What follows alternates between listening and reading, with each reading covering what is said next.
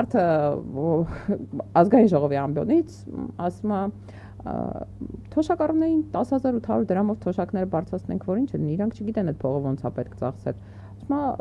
Կտանք այդ փողը կգնան ապտեկայում սխալ դեղ կառնեն, սխալ բուժման վրա կծախսեն։ Հիմնականում ինչի վրա է ծախսում թոշակառուն փողը։ Ինչի վրա է իրաց տված $1 միլիոն թոշակը, որը 40,000-ը չի գերազանցում են, ինչի վրա է ծախսում։ Հիմնականում առողջապահության, չէ, ասում են դե նա